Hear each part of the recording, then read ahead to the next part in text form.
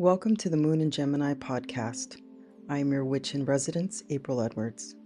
This is the astrology for the week of March 1st through March 8th. This is a threshold week, water everywhere and then fire.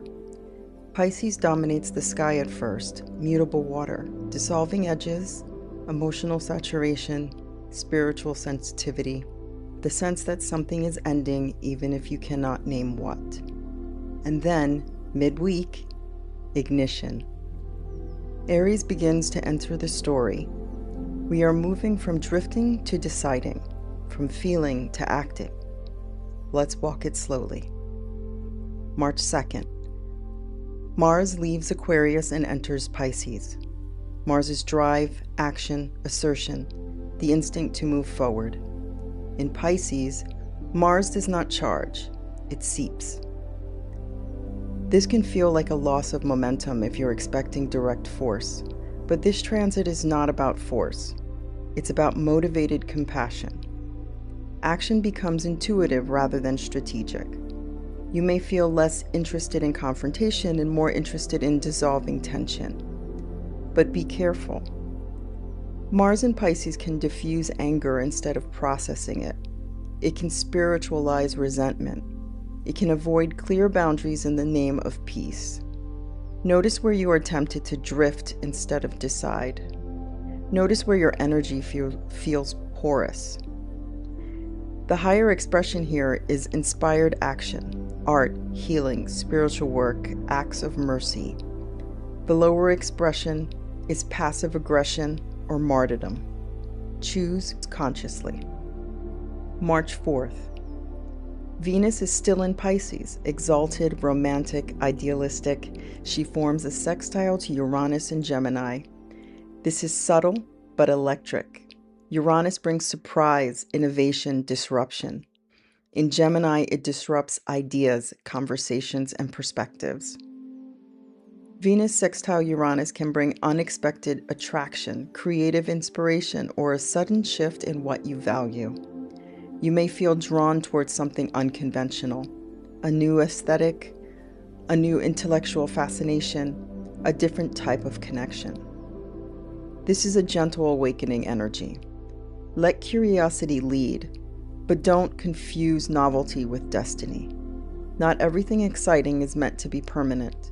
Some things are meant to expand your range.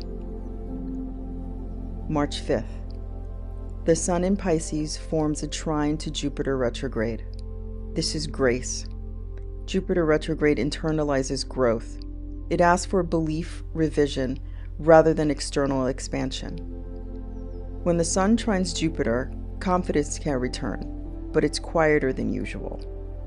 It is not boastful optimism, it's reassurance. You may feel supported in a spiritual practice or creative risk. Faith stabilizes. If the early part of the week felt foggy, this aspect offers perspective. Just because Jupiter is retrograde, the wisdom comes from within. Ask yourself, what do I already know that I've been doubting? The answer is likely closer than you think. March 6th. Here's the ignition. Venus leaves Pisces and enters Aries. From exaltation to boldness. From soft devotion to direct desire.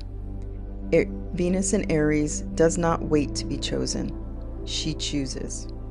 This shifts relational dynamics quickly. If something has been floating in ambiguity, Venus in Aries demands clarity. Desire becomes immediate, attraction becomes obvious, boundaries become cleaner. But there can also be impatience. Be mindful of impulsive decisions made simply to escape uncertainty. This is courageous heart energy, but courage is not recklessness. Let fire clarify, not scorch. March 7th.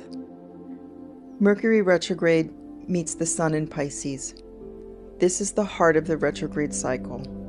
The inferior conjunction. The mind meets the light. Revelations surface. This is often a moment of insight. Something you've been circling suddenly makes sense. A conversation clarifies. A realization clicks. A truth you've avoided becomes undeniable.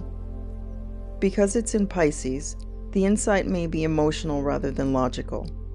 You feel the answer before you articulate it. Pay attention to what becomes obvious. This is a pivot point.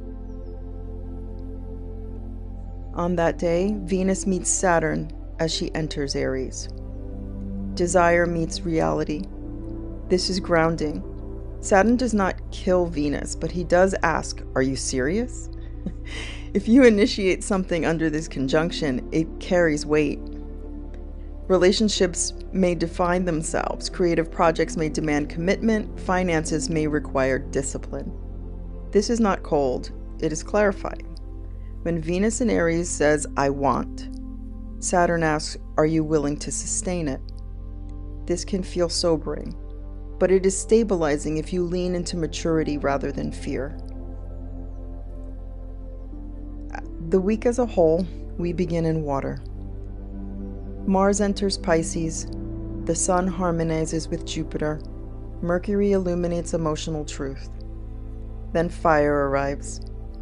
Venus enters Aries, Venus meets Saturn. The movement is subtle but powerful, from diffuse longing to defined desire, from drifting intuition to committed action, from fog to flame. The key this week is integration, not to abandon the softness of Pisces when Aries enters. Let compassion inform courage. Let intuition guide action. You are not being asked to rush. You are being asked to choose with clarity. This is a week of subtle turning points. Energy shifts from internal processing to outward declaration. Let yourself feel fully before you decide. Let yourself decide fully once you're clear. Water first, then fire. This work grows through word of mouth. If it's been meaningful to you, you can like, share, or subscribe. That's how it reaches the ones who need it.